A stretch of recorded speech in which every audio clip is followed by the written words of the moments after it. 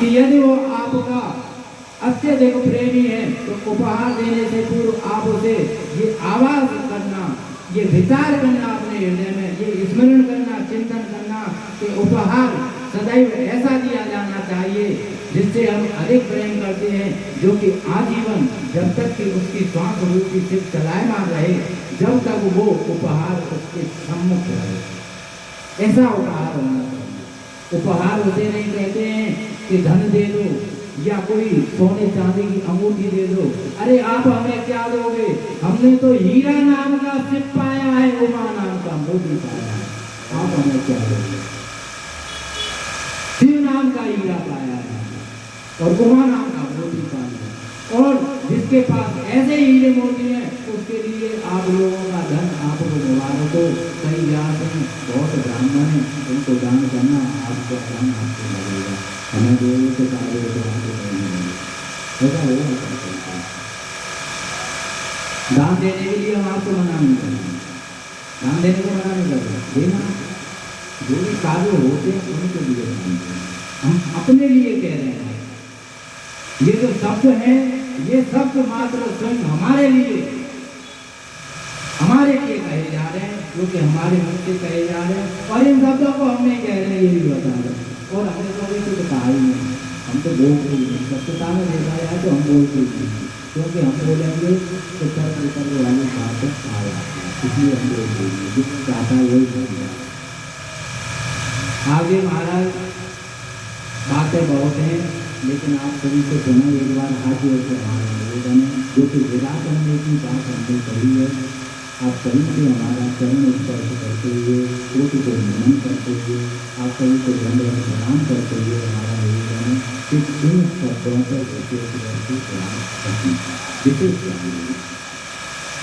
हम ये भी चाहते हैं कि कल को कोई ये कहे कि अरे अगर आप इस घर से बाहर आ जाए तो हमें ऐसी शक्ति कराए कि 1 रुपये की वजह से 1 लाख ले गए, ये तो बुरा नहीं है। इसलिए हम स्पष्ट शब्दों में आपको कह रहे हैं कि आपका धन आपको मिला है, आपका धन आपको है, हमारा धन हमें है, हमारा दुख हमें है, सबसे हमें भोगना पड़ेगा। आप नहीं भोगने को आ जाओगे, कांटा हमें लगाए तो सीधा हमें ही होगी। आप अधिक से अधिक हमें सांत्वना दे सकते हो, दवा दिलवा दो, फिर भी करते तो नहीं दोगे। बोलो कोई तैयार है हमारे साथ, कैसे हो सब स्वार्थ का संसार है, स्वार्थ का संसार। महाराज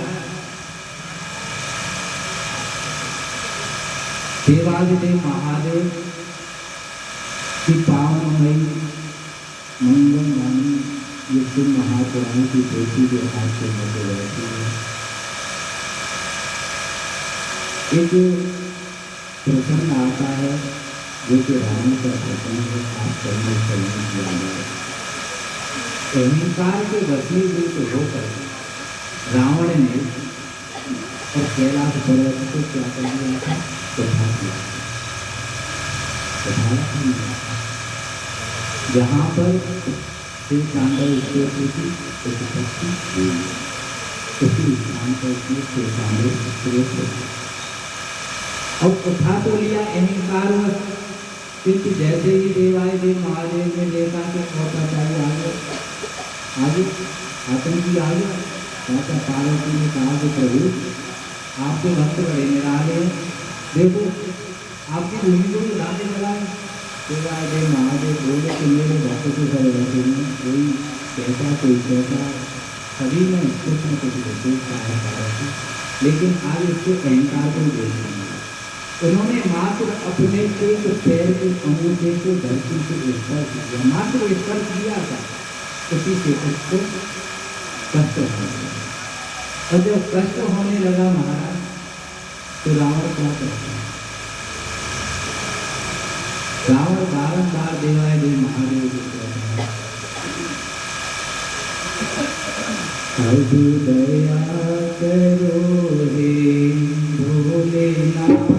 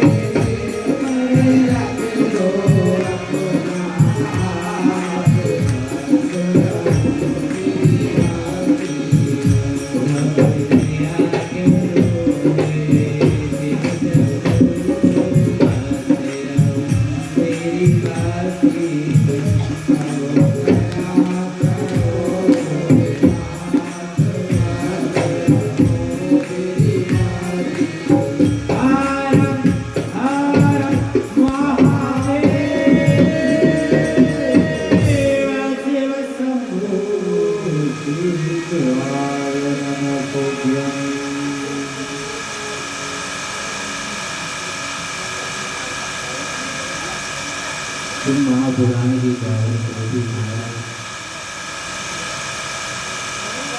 ये रावण का प्रसंग जो था राम की ही कथा के भद्र में ऐसा नहीं कि हमने विचार किया राम की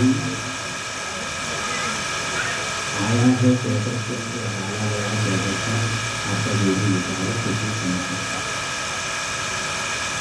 श्री महापुराण की प्रभु महाराज वर्णन करती है कि महाराज ने नारद जी का समझ किया आगे वर्णन आता है चार का पुत्र पुत्र जिसके की तीन पुत्र हैं विद्युतमाली कमला और तारका ये तीन पुत्र कौन कौन से हुए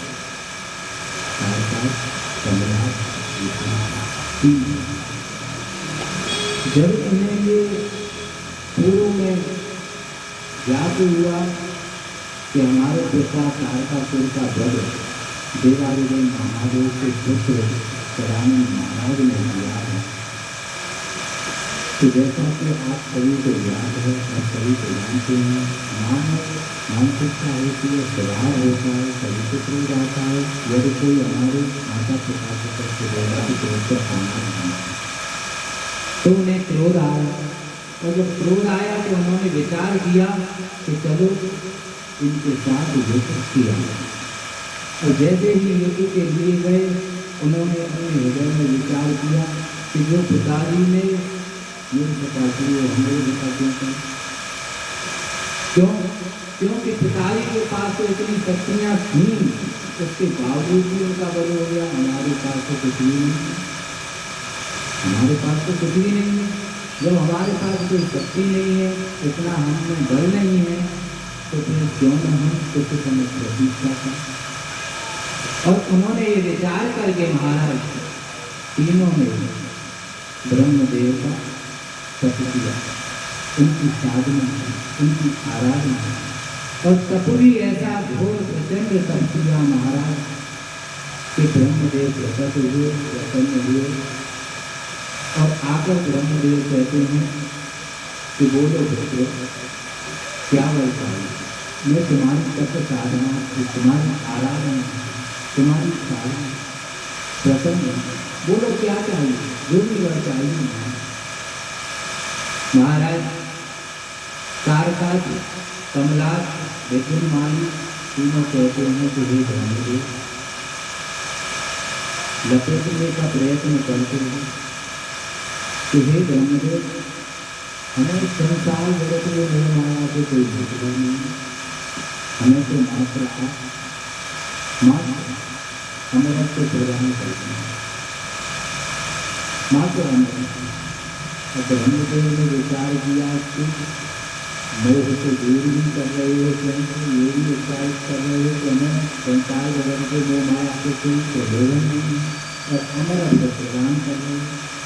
और ऐसा तो है नहीं कि ब्रह्मदेव को ये ज्ञात न हो कि ये चाहते क्या है, उनके हृदय की भावना क्या है। भाई ब्रह्मा, विष्णु, महेश ये तीनों देव प्रमुख हैं। प्रमुख तो मेरी सत्यता में देखा जाए तो सभी कहते हैं, क्योंकि यदि पिता ये स्मरण करे अपने हृदय में कि मैं परिवार का मुखिया हूँ, तो क्या श्रीमती जी को बिना घर संसार कर जाए? घर में कमाओगे या बाहर कमाओ? घर का कार्य करोगे तो बाहर का कार्य करोगे। यदि श्रीमती जी सोचें कि मैं मुखिया हूँ तो कहाँ घर कार्य करोगे तो बाहर। पुत्र ने कोई छोटा सा कार्य कर दिया, यदि वो सोचे कि मैं बड़ा हूँ, मैं ही मुखिया हूँ, माता पिता क्या हूँ, तो क्या कार्य हो जाए? कमाते तो पिता ही जाते। कहने का अर्थ ये है कि प्रमुख सभी है, ब्रह्मा, विष्णु, महेश, एक गुजरावस्था या एक सीनियर सिटीजन के रूप में आते हैं। तत्पश्चात वो सभी उनसे मिले प्रमुख सभी, ऐसा नहीं है कि कोई प्रमुख है। महाराज ब्रह्मदेव ने कहा कि देखो, अमृत तो मैं तुम्हें प्रदान कर नहीं सकता। आज की कथा में मैं विशेष रूप से आपको ये कहना चाहता हूँ कि एक कथा एक उसके मध्य में ऐसी आने वाली है जो आज से पूर्व शायद ही आप में से वो कोई सौभाग्यशाली हो जिसने वो कथा श्रवण की, शायद ही किसी उस ज्ञान की असत्य नहीं करते।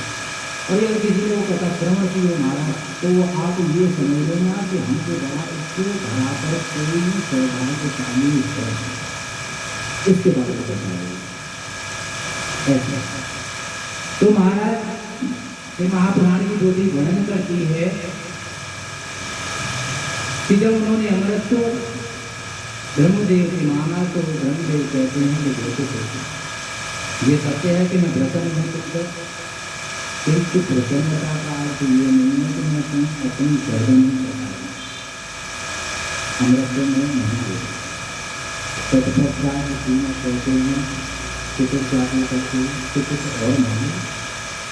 इसके स्थान पर आप कुछ प्राप्त कर सकते हो मुझसे, मैं देने के लिए आया हूँ, देकर ही जाऊंगा, इसमें कभी भी संदेह नहीं। आप उचित मांगिए, घर मांग रहे उचित मांगिए। तत्पश्चात तीनों ने विचार किया, और विचार जब किया तीनों ने, तो तीनों ने एक दूसरे से विचार विमर्श करके ब्रह्मदेव से कहा कि हे ब्रह्मदेव, आप हमारे लिए तीन का निर्माण करें, और पूरी भी ऐसी जो कि तीनों एक दूसरे से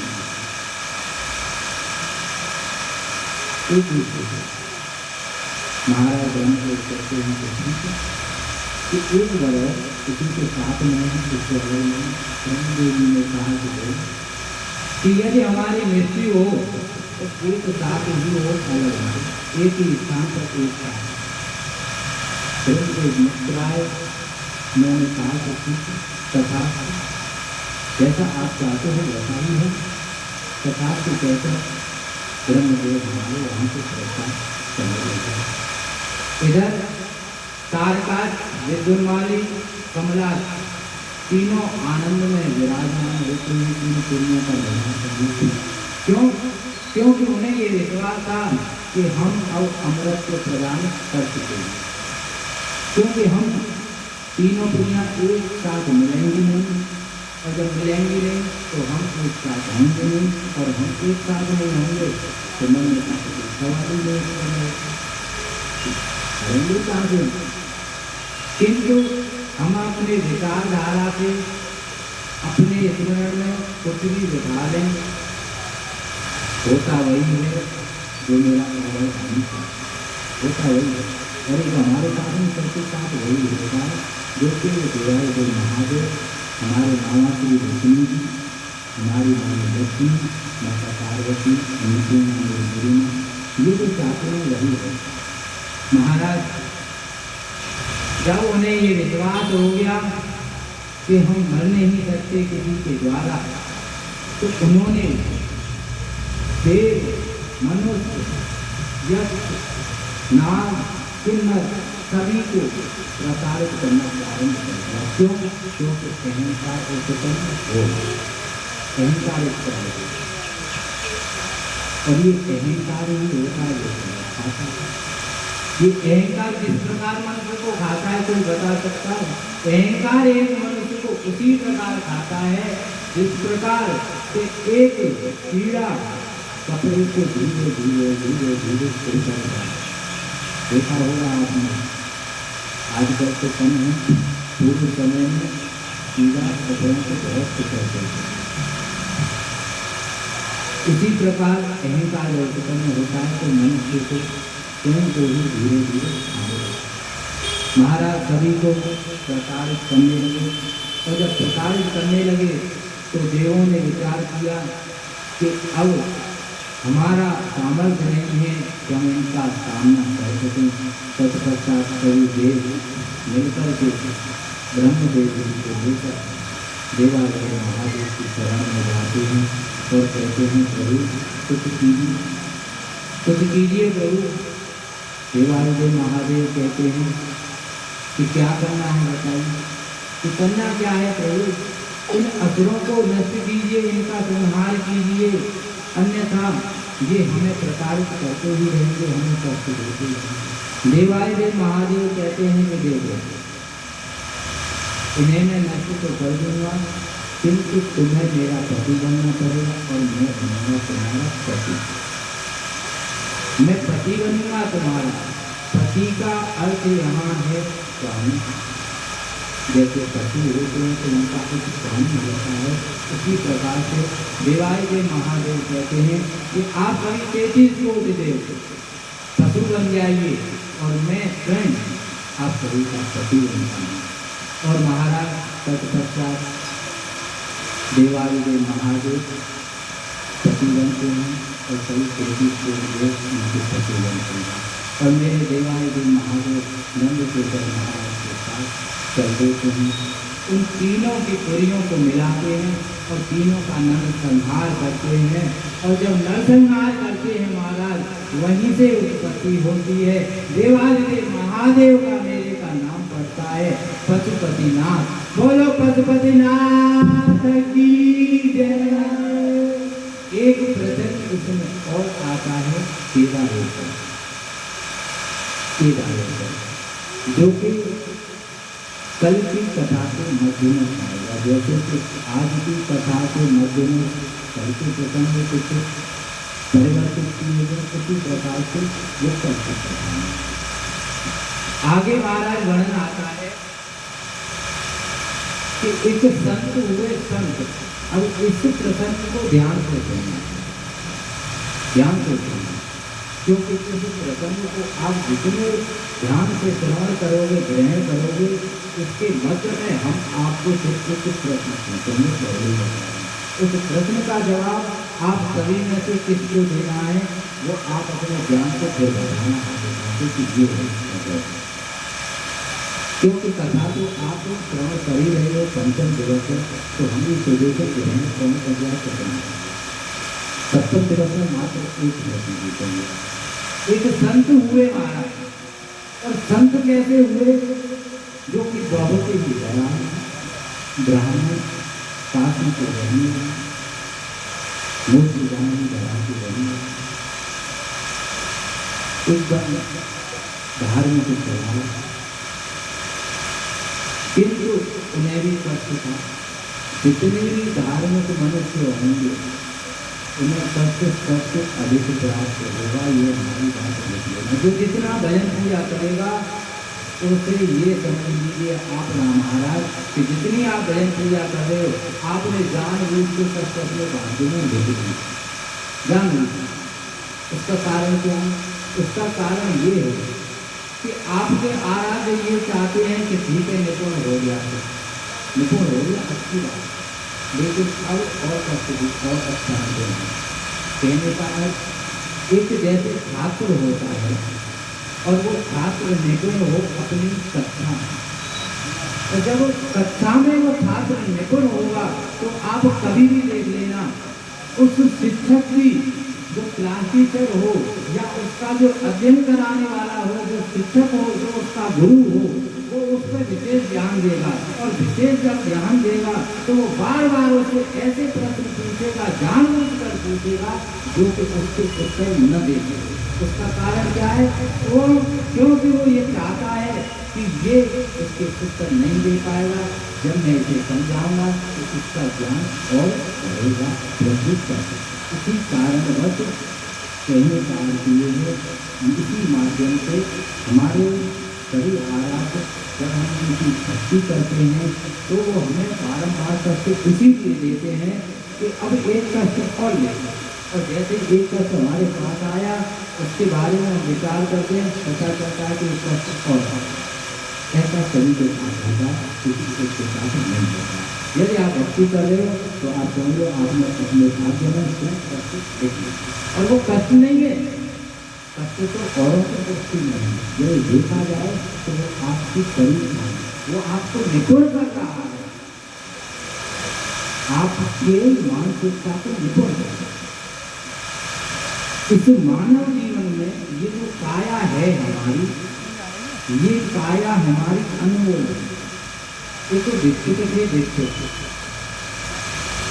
वो दीक्षित दीक्षा नाम, और एक जो बैठे हुए थे अनायासी उन्होंने दृष्टि डाली, तो जो मांग रहे थे उन्हें यूँ कर रहे थे कि ऊपर क्या दे देना, तेरे कर दे देना, तो यहाँ का डाल जो दे उसका भी वाला जानना, दे उसका भी वाला, दोनों भाई सबों का तो कार्य है, किसी को बुराई क्यों, सही का भला हो।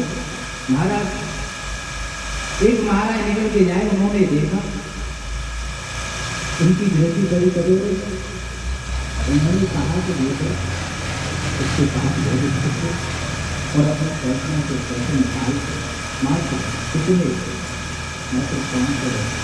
मात्र 500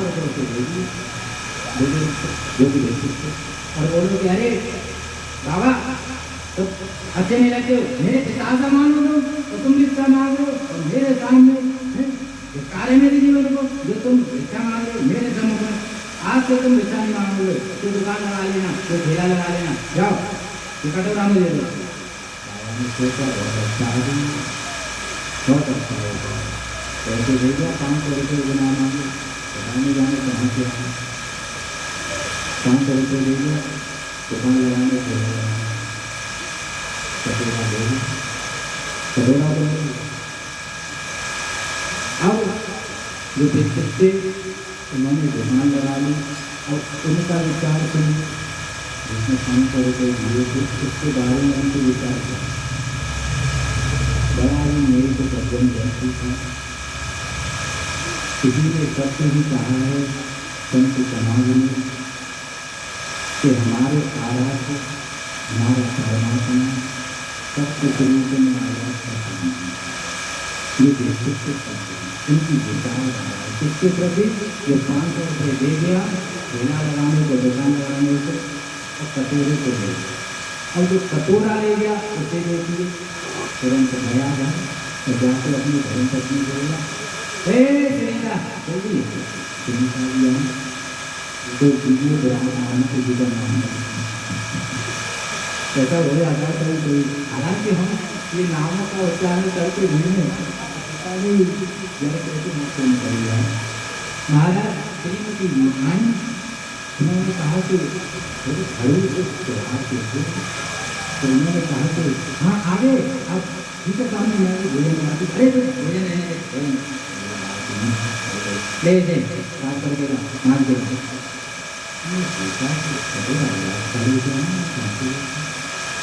कंधे मारियो कहीं नहीं पार्वती कर दे, कंधे 2-3 दिन और साफ कर देना।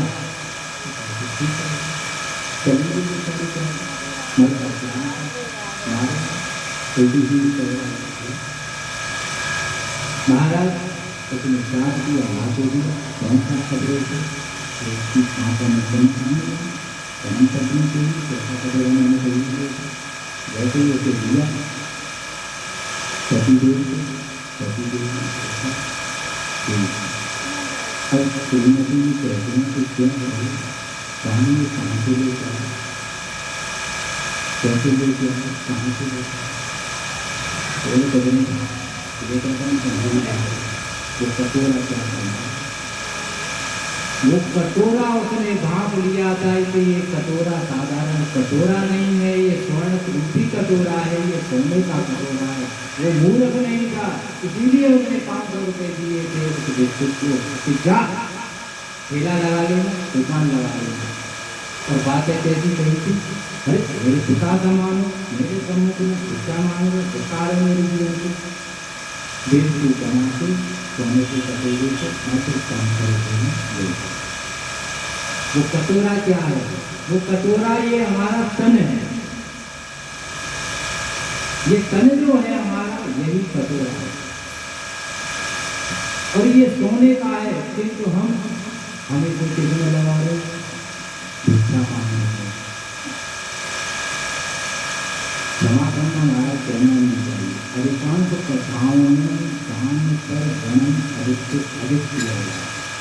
जो आप लोगे वही आपको मिलेगा। काय को मिलेगा, जब हम ही नहीं रहे तो काय को मिलेगा। हमको राम राम वेदन श्याम राम वेदन बोले बोले देते ये मिलेगा हमें से, हम धन देंगे। करने वाला हिसाब हम क्यों करें कि हम क्यों करने नहीं करें। भगवान ने कहा चावल फैला देते कि चावल का दाना मुझे भेज कर दे, तो काय को कर दे, 20 रुपये का चावल मैं काय तो ऐसा दान मती मारी नहीं है उसकी। चला गया ऊपर खा लेते हैं, पी लेते हैं, जो भी आते हैं चलो करना दान। अरे दान करना तो राम नाम का करो, शिव नाम का करो, कृष्ण नाम। जो दान करते हैं वही जो हमें दान में वही हमें प्राप्त होता है ऊपर जाकर। तो हम धन क्यों लिया करें, धन दान क्यों करें। बोलो सत्य कह रहे हैं कि असत्य कह रहे हैं। आज तक किसी ने कथा में कहा है ये सब। मैं व्यासों से पंडितों से पूछना चाहता हूँ, जब दान करने से वही भोग प्राप्त होता है हमें जो हम दान कर रहे हैं, तो हम धनी दान क्यों करें। भगवत भजन दान करें हम लोग। बोलो बात असत्य कह रहे हैं तो कोई बताओ हम। भगवत भजन भगवत भजन आप दान करोगे तो ऊपर आपको मिलेगा। देख लेना, आपको कौन रोक सकता है? कोई नहीं रोक सकता। कुछ लोगों को भेद पहुँच रही है हमारे बच्चों को होना पड़ा है। ठीक तो हम पहले कहते थे स्वयं कभी से कोट के प्रणाम करते, पहले प्रणाम करते, उनके चरणों में महाराज जी के आए हैं। महाराज हमारी आदत है दान के प्रति हम कुछ कहते नहीं, लेकिन जब भी वर्णन करते हैं तो आग लग जाए तन में, ऐसी बात करती ऐसी। क्योंकि जैसे एक म्यान में दो तलवार नहीं रह सकती, उसी प्रकार ये योगेश्वर उपाध्याय मेरे देवादिदेव महादेव की साक्षी में कह रहा हूँ कि धन और हम एक मंडप में कभी नहीं रह सकते। लोग कहते हैं बच्चों को क्या हो जाए, दोनों महाराज काय को रह रहे हैं, काय को रह रहे हैं। लड़का होगा जिनको लड़का होगा तो बच्चों को कुछ पाल ले, हमें नहीं लगता कि बच्चों को हम पाल लें। अरे जब हम खुद को नहीं पाल रहे तो बच्चों को हम क्या पालेंगे भाई, वो बताओ। पालने वाला तो वो, जब हम खुद को नहीं पाल सकते हैं तो अपने बच्चों को क्या पालेंगे? हम कितनी भी शिक्षा आती ग्रहण करा दें बच्चों को, हैं आप बताइए। और यदि बच्चों ने ग्रहण नहीं की, फीस बेकार हुई, शिक्षा ग्रहण नहीं की, नौकरी नहीं लगी, यदि उन्होंने शिक्षा ग्रहण भी कर ली और सरकारी सर्विस नहीं दी तो फिर भी कितने क्या मिले? बेटा कितने मिले? 17 कितने मिले? 17 क्या हो गया? 10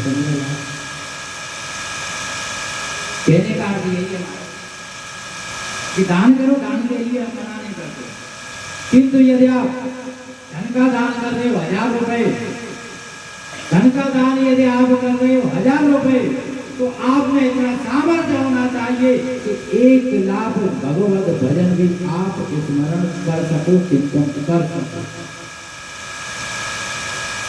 इतना आपका सामर्थ्य होना चाहिए यदि आप 1000 रुपए दान कर रहे हो तो। और यदि आपका इतना समय नहीं है, इतना आप में सामर्थ्य नहीं है, तो आपको दान करने का कोई अधिकार प्राप्त नहीं है।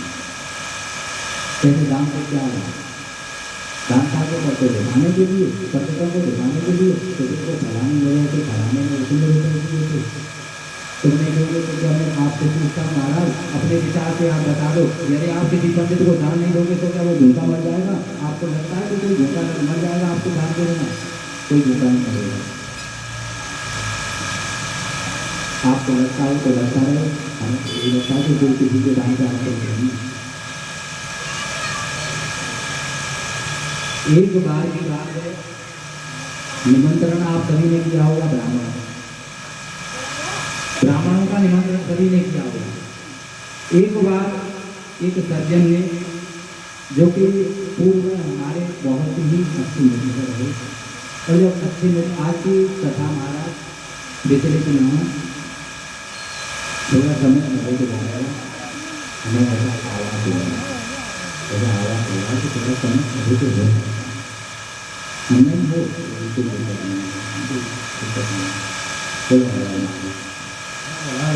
महाराज तो परम मित्र थे। अब उन्हें क्या हो गया अनायास ही कि हमारे परम मित्र योगेश्वर जी और ऐसे ऐसे देवादिदेव महादेव की आराधना में। अब उन्होंने क्या किया, उनको देख दी हमको मिले आनंद आया पितृपक्ष का समय। और उन्होंने हमें कि महाराज आपको हमारा निमंत्रण स्वीकार करते हैं। हमारा निमंत्रण कैसा? तो 20 किलोमीटर दूर जाना और 20 किलोमीटर से जाना। खाए को निमंत्रण पितृपक्ष 4 दूरी जब से पितृपक्ष में अधिकांश ये देखा जाता है कि एक ब्राह्मण करते नेता करने जाते हैं। हम निर्णय नहीं कर रहे हैं, ये व्यवस्था होती है ब्राह्मण की, ये सत्य है, वो यही है, व्यवस्था होती है ब्राह्मण की। अब उन्होंने कहा तो उन्होंने कहा कि भाई दूर पड़ेगा क्या है? अच्छा वो भी अनन्य दिवाली को हमारे समाज और हमें आवाज़ की आराम को देखते हैं कि जब हमें पता है कि आराध्य है हमारे धर्मों के देश में, तो जाहिर की बात है कि विकास होना नहीं था। तो महाराज कहने का अर्थ है हमने निमंत्रण स्वीकार कर लिया, निमंत्रण स्वीकार कर लिया। अब देखो बात की गहराई को देखना। अब हम गए, हमने निमंत्रण स्वीकार किया, भोजन ग्रहण किया, सारे कार्य हुए। अब उन्होंने दक्षिणा दी। दक्षिणा दी जैसे ही हमारे मुख्यमंडल से निकल गया तो हम दक्षिणा दी। ये श्री महापुराण की ड्यूटी है, इससे हम बैठे हैं। यदि किसी को असत्य ये लग रहा हो तो हम अभी वार्तालाप करा सकते हैं अगर हमारे साथ ये राजा के बारे में की बात है। आवासी राजा के बारे में ब्राह्मण समझ हम बोले महाराज जी कि हमें दक्षिणा नहीं चाहिए, मतलब तो देखो बिना दक्षिणा के निमंत्रण कभी पूर्ण हो नहीं सकता। ये हमें आपका ये नहीं कि आपने निमंत्रण करा किया, हमने ग्रहण किया आपका भोजन, यहाँ तक तो ठीक है, किंतु फिर भी आपका ये जो आपने पितृपक्ष का हमें भोजन कराया है, आपका ये अपूर्ण ही रहेगा जब तक कि हम दक्षिणा स्वीकार नहीं कराएंगे। परेशानी क्या, कष्ट क्या, अनायासी हमने ऐसा नहीं कि कुछ विचार किया, अनायासी मुक्त निकल। तो हमने उनकी धर्म पत्नी उनके पुत्रों को समझ में एक ही कर दिया कि हम आपसे जब समय आएगा, जब हमें आवाज होगा कि हमें दक्षिणा लेनी चाहिए तो समय हम दक्षिणा। अच्छा सच्चे लोग होते हैं तो थोड़े विदेश के साथ रहते हैं, तो तुरंत वो महाराज बोले जो हमारे सामने से थे कि ऐसा बात नहीं तो हम कहेंगे, क्योंकि उनका इशारा ये था कि तुम ऐसी चीज़ में मान लेंगे कि तो हमने एक ही चीज़ करने से देखो हम आपसे जब भी अपनी दक्षिणा मांगेंगे सर्वप्रथम तो फोन पर नहीं मांगेंगे, आपस से मांगेंगे। द्वितीय हम आपसे ऐसी दक्षिणा मांगेंगे जिसमें से आपका 1 रुपया खर्च, 1 रुपया उनसे खड़ी हो जाए तो तो पहले से राहत है, पहले से राहत, पहले से सुधार है, कुछ नहीं आ रहा। अब होता क्या है कि एक स्थान पे 4-5 माह बाद अनायास ही तो महापुराण की बैठक होती, तो महापुराण की बैठक होती। अब उस पोथी के जो यजमान थे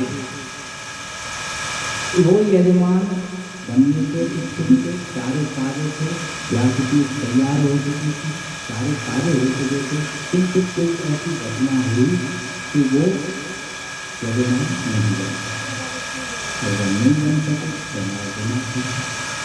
राजा खेड़ा के पूर्व में तो 20-25 किलोमीटर पहले गाँव पड़ता चाहते वहाँ अब हमारा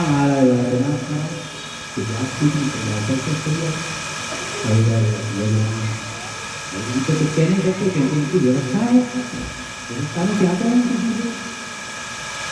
हमने अपने आराध्य देवालय महादेव को कहा कि क्या हड्डी कराने की तो इतना कार्य कराए क्या करेंगे, तो इसलिए हड्डी कराने की तो हड्डी कराने के तो माध्यम में इतना कार्य कैसे कराया। महाराज असत्य नहीं बोले, उस क्षण की हम वार्तालाप बता रहे हैं कि हमारे शत्रुओं से गलती धारण करिए, अनायासी नेत्र बंद थे, ठीक साक्षी बैठे हुए थे, अनायासी ही एक हृदय में विचार आया कि कुछ ब्राह्मण की तरह से बात करके देखने को कहते अनायासी उसको दक्षिणा डालना अनायासी आया। जैसे ही आया हमने उनसे कहा जाती मेरे दक्षिणा चाहिए, ऐसी गुना दक्षिणा चाहिए, बोलो हाथ करके ऐसी जाना आओ आर बोलो काव्य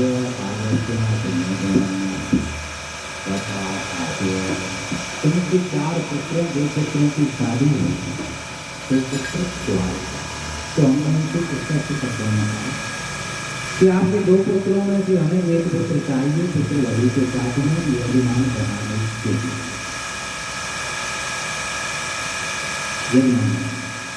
और उन्होंने देखो ऐसा होता, आपको कोई व्यक्ति कोई भक्ति मांग रहा है, आप उससे यदि हमारा विचार मानो तो इस पर से सत्यान मानना चाहिए, इस पर से उसे बुरा लगेगा, इसमें कोई संशय नहीं है। किंतु उसे 2 पल 4 पल बुरा लगेगा, एक समय ऐसा आएगा कि वो आपको बुरा आएगा तो अपने विचारों में उसकी व्यवस्था होगी, इसलिए से कार्य को नहीं चाहिए, ऐसा कहा नहीं है। अब यहाँ क्या है, इन्होंने अब शास्त्र के अनुसार अगर देखा जाए, पुराणों के अनुसार अगर देखा जाए, उन्होंने निमंत्रण कर दिया, हमने कर लिया, सारे कार्य हो गए, हमने दक्षिणा मांगी, उन्होंने दक्षिणा नहीं दी, तो आप बताओ क्या उनका संकल्प पूरा हुआ? उनका पूरा नहीं। आप क्या करेंगे? कथा वो हो गई, कथा वो हो गई, कथा कभी रुकती नहीं, जब वो चाहे जितने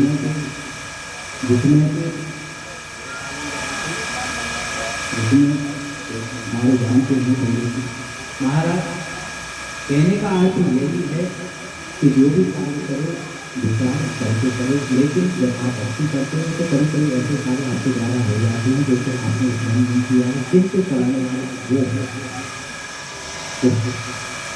तो महाराज वो जो ब्राह्मण हुए अनन्य भक्त थे, और उन्हें कष्ट एक ही था, कथा की ओर हम सुनाई आते हैं, जैसा कि हमने कहा था, उसे कहने जरा ध्यान करते हैं।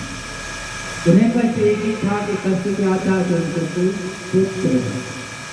कोई पुत्र नहीं था, बड़े बुजुर्ग अवस्था आने को है और पुत्र को है नहीं, तो मैंने विचार किया कि वंश चलाने के लिए पुत्र को एक पुत्र करेंगे।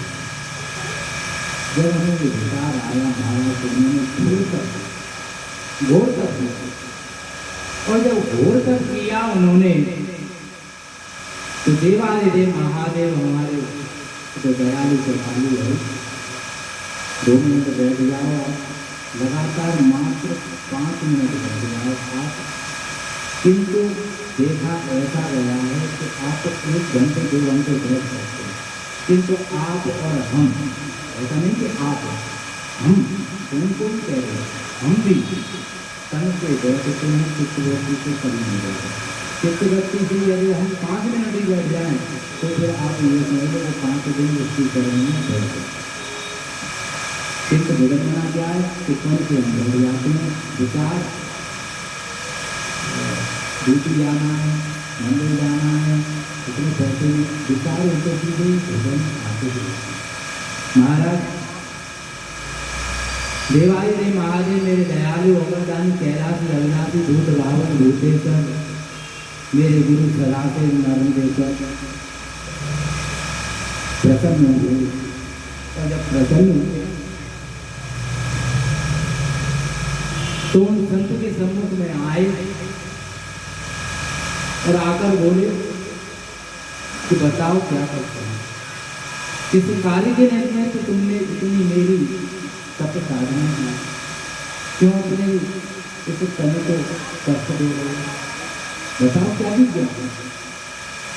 तो कहते हैं प्रभु शिक्षा का कुछ नहीं है, कोई कमी नहीं है, मैं संपूर्ण हूँ, सार्थक है मेरा जीवन, किंतु कुछ दिनों से मैंने विचार किया है कि मैं स्वयं को थोड़ा अधूरा महसूस करता हूँ, अधूरा महसूस करता हूँ, किस कारण? तो कहते हैं कि प्रभु मैं चाहता हूँ कि एक पुत्र है, देवादिदेव महादेव बोले पुत्र तो दे दूँ मैं, किंतु ये बताओ पुत्र भी होते हैं 2 प्रकार, पुत्र तो 2 प्रकार की औलाद मनुष्य 2 प्रकार की होती है, अच्छे या बुरे। अब कौन सा पुत्र चाहिए हमें? सभी को अच्छा है, सभी को अच्छा है।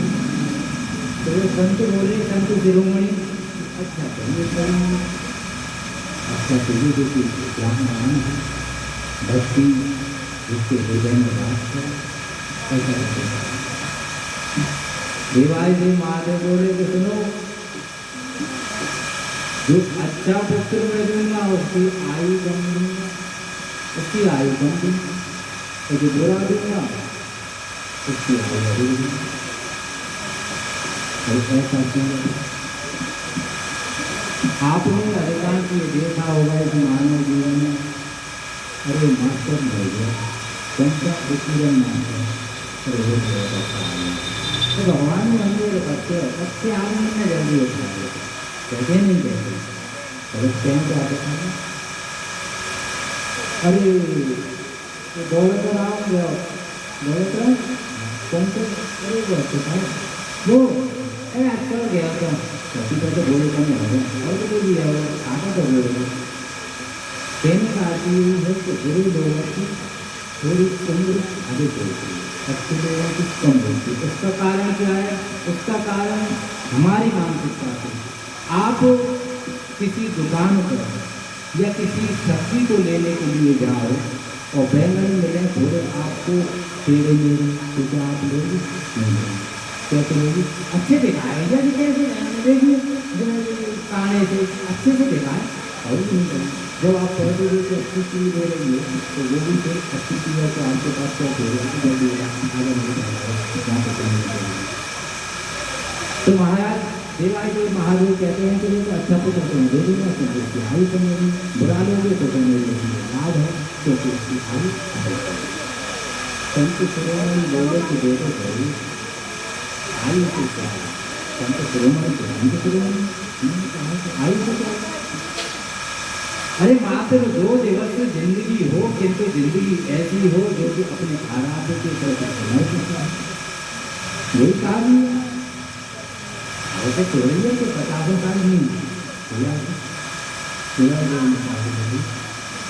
ये तो महाराज पुत्र की आयु 5 वर्ष,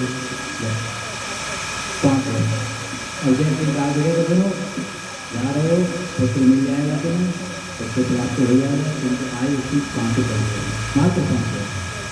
तो जैसे ही 5 वर्ष अब तो 20 भवन मात्र और 20-25 वर्ष होती थोड़ी कर जाता 50 वर्ष 5 वर्ष का क्या आया शुरुआत में, मतलब जैसे कि बहुत संभालो जैसे राम नाम कहते क्या कैसे अपन तो फिर मैं विरोध करता हूँ कि देवाई पर महादेव में तो बीच में लगदारी है, तो महत्व काम नहीं हो सकता, कुछ भी नहीं करता, क्योंकि यदि मैं रो तो रो करके प्रसन्नता है तो मेरे सम्मुख में, तो मेरे सम्मुख में रोने का तो कोई प्रश्न नहीं उत्पन्न होता। और यदि हंसूं तो हंसूं कैसे, क्योंकि मुझे ये बात है कि इसमें आयु ना तो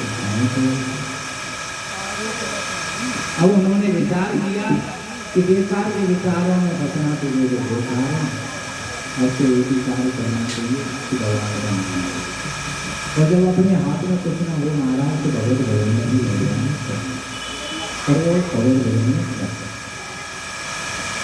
आगे बढ़ना आया महाराज कि दिन निकले, सप्ताह निकले, सप्ताह महीनों में परिवर्तित हुए, महीने 6 महीने में परिवर्तित हुए, और 6 माह 1 वर्ष में परिवर्तित हुए, 1 मास हुए, 1 वर्ष के बाद 2 वर्ष, तो 3 वर्ष, 55। अब मास जो पुत्र था उसका कितने दिन से समाप्त हो गया, जैसे कि आज सायन है, कल शाम तक का समय है, कल तो राम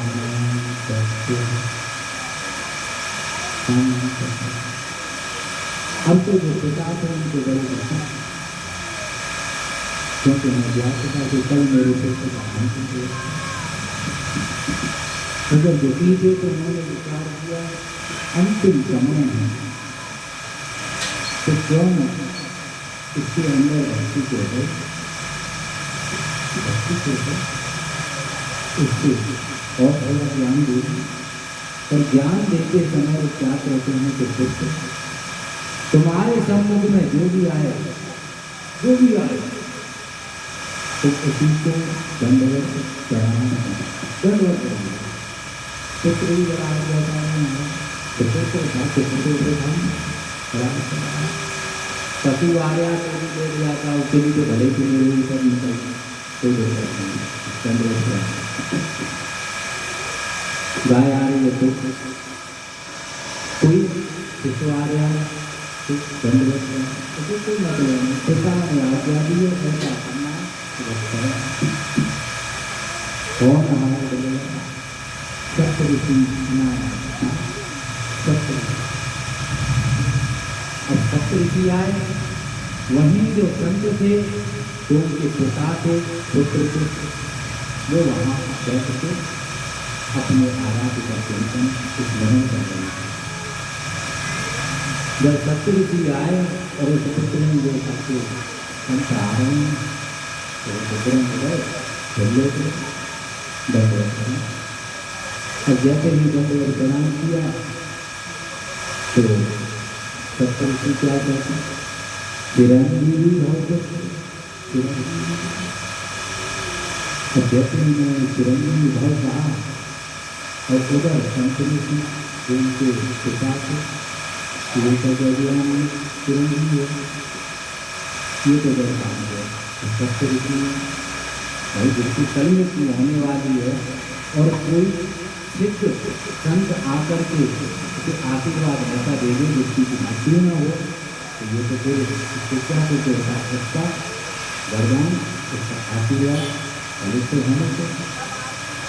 अब उन्होंने कहा रोकर विलास करते हुए कि अरे महर्षि आपने ये क्या किया, आपने ये क्या वरदान दे दिया मेरे पुत्र को, चिरंजीवी हो। तो बोले कि तुम्हारा पुत्र ध्यान, तो अरे तो तुम्हें प्रसन्न होना चाहिए, तुम दुखी क्यों हो रहे हो। तो अरे महाराज दुखी इसलिए हो रहा हूँ कि तुम्हारा अपमान होगा, तुम्हारा असम्मान होगा, तुम्हारी अपकीर्ति फैलेगी जगत में। तो ऐसा क्यों दिया, ऐसा क्यों कह रहा है, तो इसलिए कह रहा हूँ क्योंकि इसकी आयु जो है 5 वर्ष की है, स्वयं ये सिद्ध हो चुका है और ये कल मृत्यु से प्राप्त हुआ, ये मेरा पुत्र है। सत्य ऋषि जैसे सुना कि कल मर जाएगा, सबकी घोर की परेशानी हमने उठा ली रखने से। और उनका दिमाग खड़ा कि ये तो वास्तव में ही बहुत ही अपराध हुई। और उन्होंने विचार किया आपस में, तो आपस में विचार किया तो सप्त ऋषियों ने एक निष्कर्ष निकाला और उनके पिता से कहते हैं कि सुनो, आपका पुत्र आपको पक्का पता है कि कल मर जाएगा, कि हाँ महाराज उसे कोई जरूरत। जब आपको ये ज्ञात ही है कि आपके पुत्र को कल मृत्यु प्राप्त होनी है, तो कृपया करके आप उसे पुत्र को हमें दे दीजिए कल तक। यदि बच गया तो ठीक, मर गया तो आपको बताइए, यदि बचा सकेगा बचा लेंगे। इसके पिताजी ने सोचा बात ही से वो बोलने का दिक्कत है, हमें तो पता था कि भाई मृत्यु तो निकल है, उसे तो कोई काम नहीं। ठीक ले जाए महाराज देंगे। अब लेकर के सप्त ऋषि आगे आ गए, वो पुत्र पीछे पीछे ब्रह्मा जी के पास गए। और ब्रह्मा जी के पास गए तो सप्त ऋषियों ने प्रणाम किया और जैसे ही प्रणाम करके सप्त ऋषि हटे तो वो तुरंत भूल गए। उसे तो आदत थी, पिता ने आदेश दिया, ब्रह्मा जी के सामने फिर गए। ब्रह्मा जी के सम्मुख में जैसे ही दंडवत प्रणाम किया, ब्रह्मा जी बोले चिरंजीवी भव। और जैसे ही उन्होंने कहा चिरंजीवी भव, सप्त ऋषियों ने कहा और कोई दिक्कत नहीं। और संत किसी प्रश्न को करी तो अरे हमारी क्या, हमारा क्यों मान करना जाएगा, मान देवी जाएगा, ये ब्रह्मदेव का जाएगा। हम तो बात है पहले ब्रह्मदेव मत गए, तो जो गलती हमसे हुई थी वही से हो गई। अब उन्होंने पूछा ब्रह्मदेव ने कि कैसे होना हुआ ये पुत्र को नहीं। अब मुस्कुरा के असत्य करने से असत्य हट गया। क्यों? क्योंकि जो भी भार था, जो भी परेशानी थी, तो ब्रह्मा जी के पुत्र को बोले महाराज क्या वजह होंगे, इसे आपने आशीर्वाद दे दिया चिरंजीवी हो। जो भूल हमसे हुई थी वो भूल आपने कर दी। आपको बताया कल इसकी मृत्यु होनी, रामदेव बोले यार ये क्यों होनी क्या तो क्यों अरे निश्चित है इसके बताने होना ड्रामा। रामदेव ने कहा तो भाई कम से कम पहले बता रही थी आपको याद होता तो आपका ये कर्तव्य बनता है कि आप हमें शुरू में ही याद करा रहे इस चीज को। सप्तऋषि कहते हैं कि प्रभु हम पहले ही आपको बता रहे थे तो फिर हम फंसे रहे थे हम कैसे निकलते हमें भी तो निकलना है। ब्रह्मदेव ने विचार किया कि इसका कारण मतलब ये है कि आपने हमें जानबूझ के बताया कि आप कुछ भी जाने अब हम तो छोड़ और आप जानो आपका काम नहीं और सप्तऋषि करने के लिए तो पुत्र को बोले कैसा तो नहीं रहे थे तुम्हें तो यह करने की आवश्यकता है तुम ठीक है। ब्रह्मदेव बोले कि सुनो क्या काम है और यही रहो तुम भी उसके साथ और तुम भी रहो जब ऐसा है तुमने जब हमें बताया है तो अब हमारे साथ चलो हमारे साथ चलो। सबसे ने कहा कि कहाँ तो चलो महाराज जल्दी आगे आगे ब्रह्मदेव पीछे पीछे सप्तऋषि और सप्तऋषियों के पीछे देखो प्रजा के कैलाश करते और कैलाश पर पहुंचे श्री ब्रह्मदेव ने हर हर महादेव हर हर महादेव इधर सप्तऋषियों ने हर हर महादेव और इधर पुत्र सीता जैसे ही इसका नाम आया कैसे प्रसन्न ब्रह्मदेव द्वितीय अवस्था में सप्तऋषि को और तृतीय अवस्था में हर हर महादेव लेते गए और जैसे देवादेव महादेव ने देखा कि पुत्र है तो उन्होंने चिरंजीवी हो अब जैसे चिरंजीवी भव कहा ब्रह्मदेव को सप्तऋषि कहते हैं ब्रह्मा का सारा भार भोले ने हर लिया ब्रह्मा का सारा भार भोले ने हर लिया। अरे ऋषियों ने क्या दिया मुनियों ने क्या दिया ऋषि मुनियों ने क्या दिया भोले ने दिया। अब महाराज देवाय देव महादेव कहते हैं कि कैसे आए ब्रह्मदेव आने का जो प्रयोजन है उस कार्य से बताएंगे। अब वहाँ सप्तऋषि चला रहे थे जब ब्रह्मदेव ने कहा था चिरंजीवी अब यहाँ पे ब्रह्मदेव ने चला रहे ब्रह्मदेव बोले प्रभु क्या बताओ आपको मुझे हाथी तो आए देव महादेव बोले प्रभु मुस्कुरा रहे तो हम भी मुस्कुरा रहे हैं भाई साथ में सभी साथ में मुझे मुस्कुराते हैं कम से कम हमें ध्यान तो दो कि ऐसी क्या बात है जो क्या मुस्कुरा रहे। ब्रह्मदेव कहते हैं प्रभु इस पुत्र को जिसको आपने हमें कहा चिरंजीवी है इसकी आयु कल पूर्ण होने वाली है इसे सर्वोत्ति प्राप्त करने वाली है तब तक आपने चिरंजीवी रह सकते ब्रह्मदेव को बहुत गलत बात है आपको ये व्याख्या प्राप्त करना चाहिए। ब्रह्मदेव कहते हैं प्रभु क्या करें मैं भी आप की तरह करता था इसीलिए आपको बता दिया मैं भी तो आपकी तरह था। देवादेव महादेव कहते हैं महाराज पिता सुंदर हो गई है किसका पुत्र है ब्रह्मदेव कहते हैं कि प्रभु ये तो मुझे ज्ञात नहीं ये सबसे पूछो क्योंकि ये देगा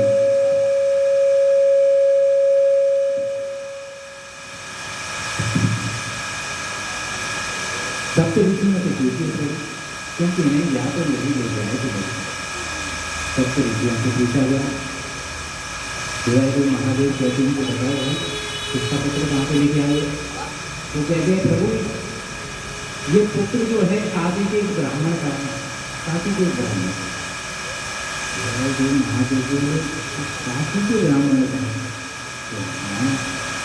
जो मेरी आराधना करता है इसका पिता हाँ प्रभु गोरा सा है पतला सा है बहुत लंबा है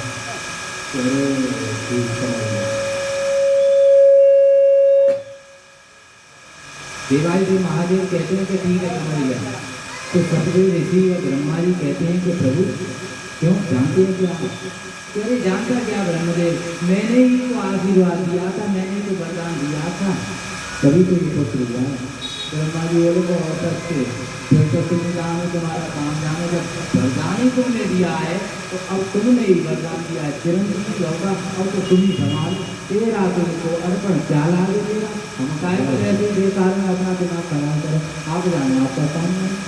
आप ही ने कहा था 5 वर्ष की आयु, 5 वर्ष की आयु कल होने वाली है, और आपने आज एक दिन पूर्व, मृत्यु से पूर्व आपने बोल दिया चिरंजीवी जो, और आपने शपथ दे दिया चिरंजीवी जो, कैसे चिरंजीवी जो करें?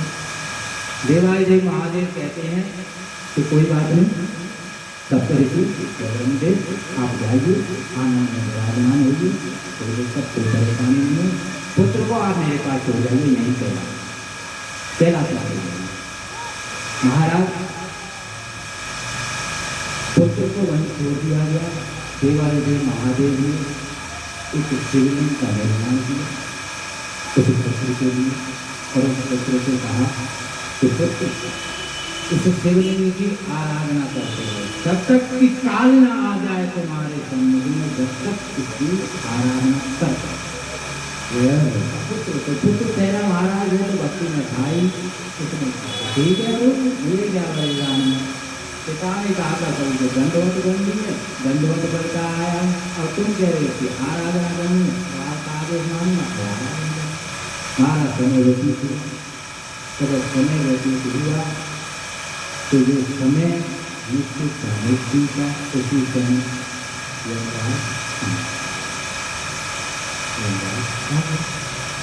अब जैसे ही यमराज ने देखा कि देवादिदेव महाराज की आराधना करवा, उन्होंने विचार किया कि थोड़ा विलंब से थोड़ा प्रतीक्षा कर लो, जिससे कि ये खड़ा होगा, किंतु वो खड़ा पाए तो वो दिखाई दे रहा है कि यमराज दिखावट हो रही है, बच्चा है 5 साल का, इतना तो जान चाहिए कि ये इतना भयानक के मान न देंगे, आराधना में लगेगी। जब यमराज ने देखा कि ये नहीं हट गया, यमराज ने प्राण हरने का प्रयत्न किया। जैसे ही प्राण हरने का प्रयत्न किया यमराज ने, मेरे देवादिदेव महादेव ने त्रिशूल को उठाया और बीच में उस पुत्र और उस यमराज के मध्य में त्रिशूल को फेंक दिया, और त्रिशूल बंदी ही खड़ा हो गई। तत्पश्चात देवादिदेव महादेव कहते हैं क्या कर रहे हो?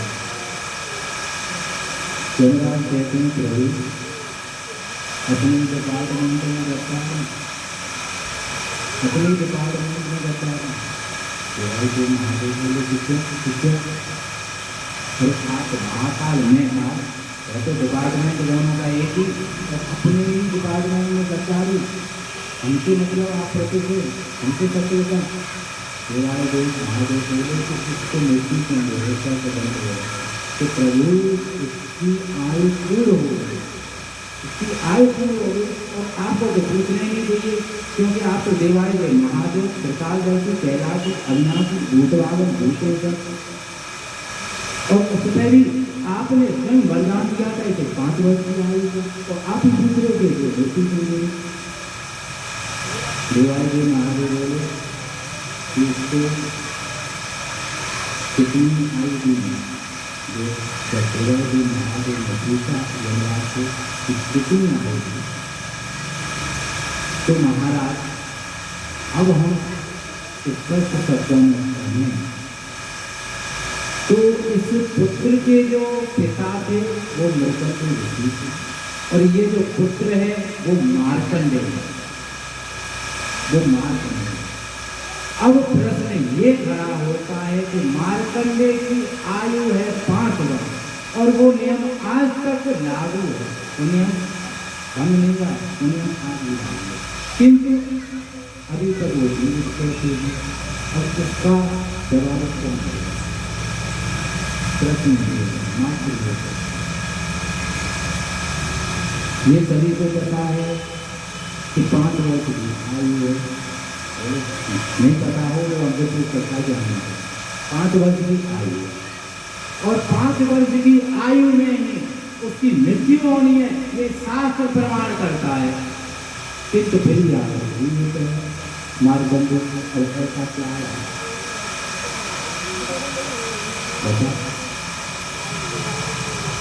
तो बोलो,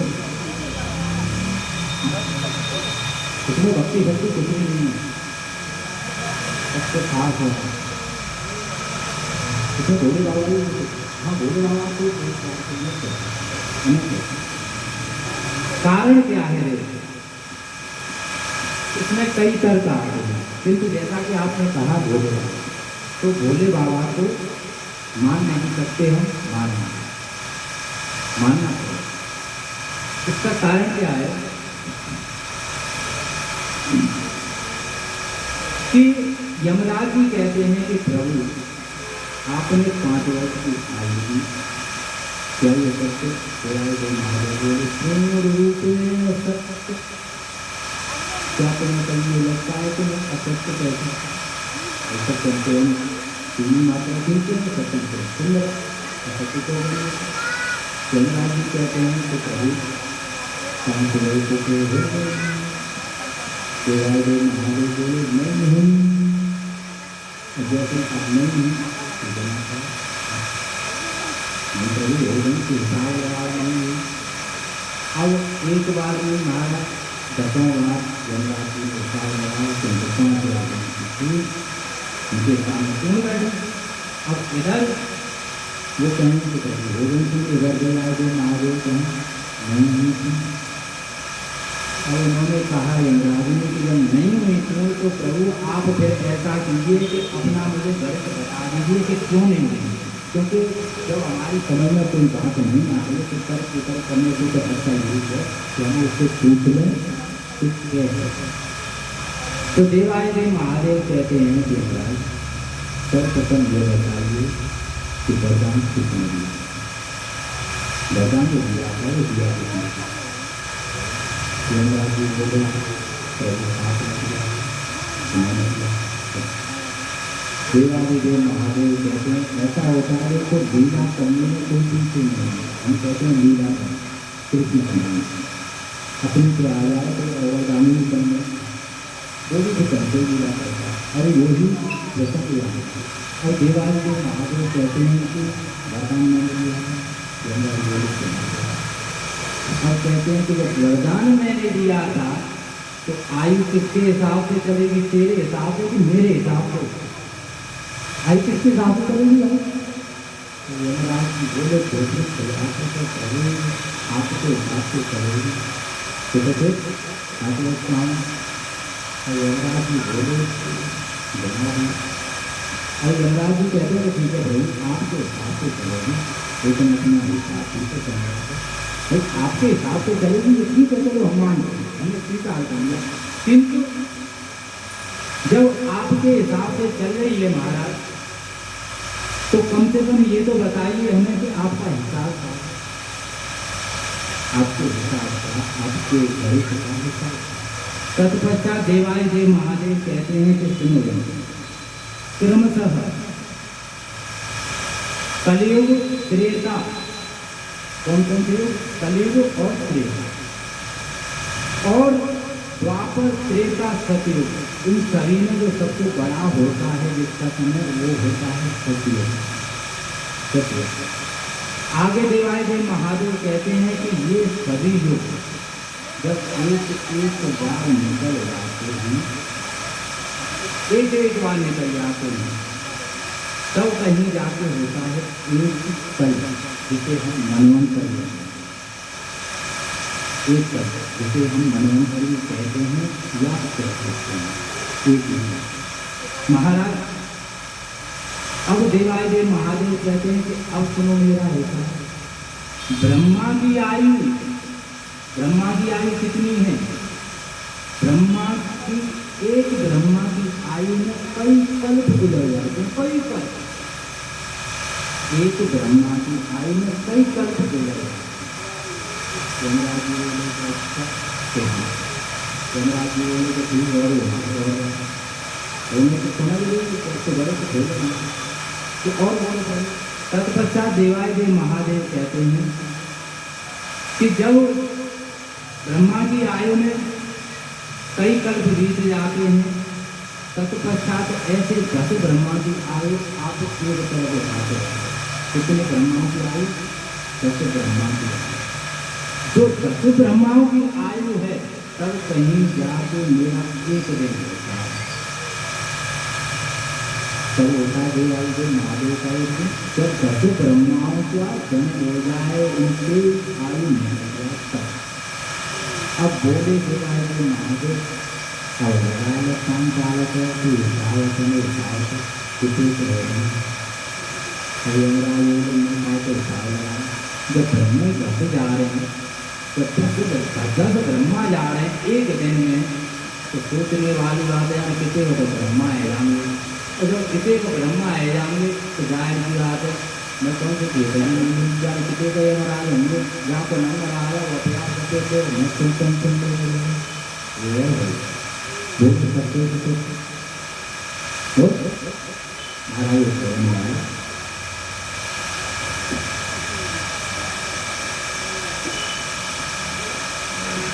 आज तक सुना था किसी ने ये प्रश्न?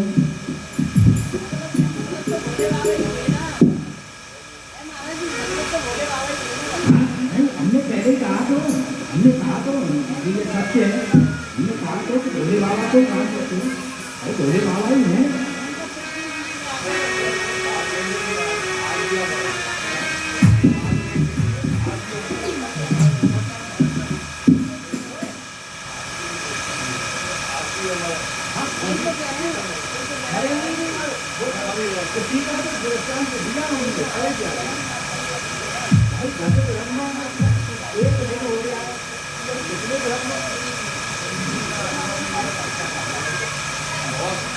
एक भजन महाराज हम फिर हमारा काम शंकर भगवान की पार्वती पदे हर हरे।